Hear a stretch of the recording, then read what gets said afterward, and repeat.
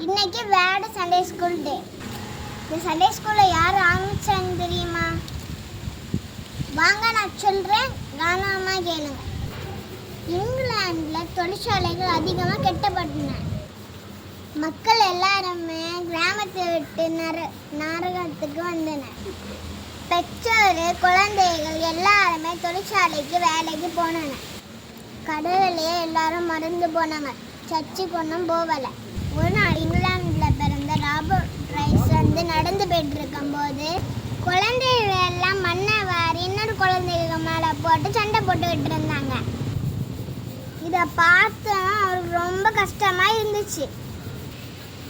ஏன் கஷ்டமாக இருந்துச்சு தெரியுமா? அவர் ஜெயிலில் உள்ள கைதிகளுக்கெல்லாம் கிருத்திய வேலை பார்த்துட்டு இருந்தார்.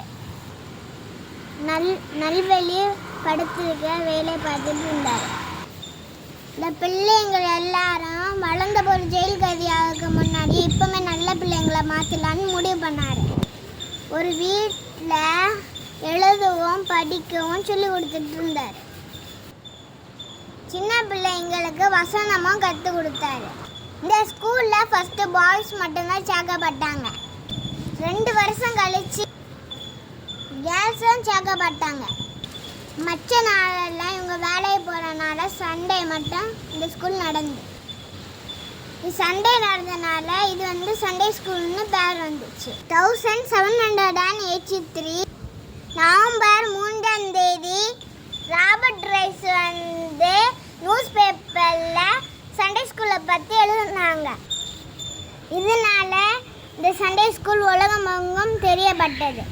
எனவேதான் முதல் ஞாயிற்றுக்கிழமை சண்டே ஸ்கூல் தினமாக கொண்டாடப்படுகிறது. இந்த சண்டே ஸ்கூல் டே அன்னைக்கு எனக்கு இன்னைக்கு ராபர்ட் ரைஸ் அவார்டு கிடைச்சதுனால எனக்கு ரொம்ப சந்தோஷம். தேங்க்யூ.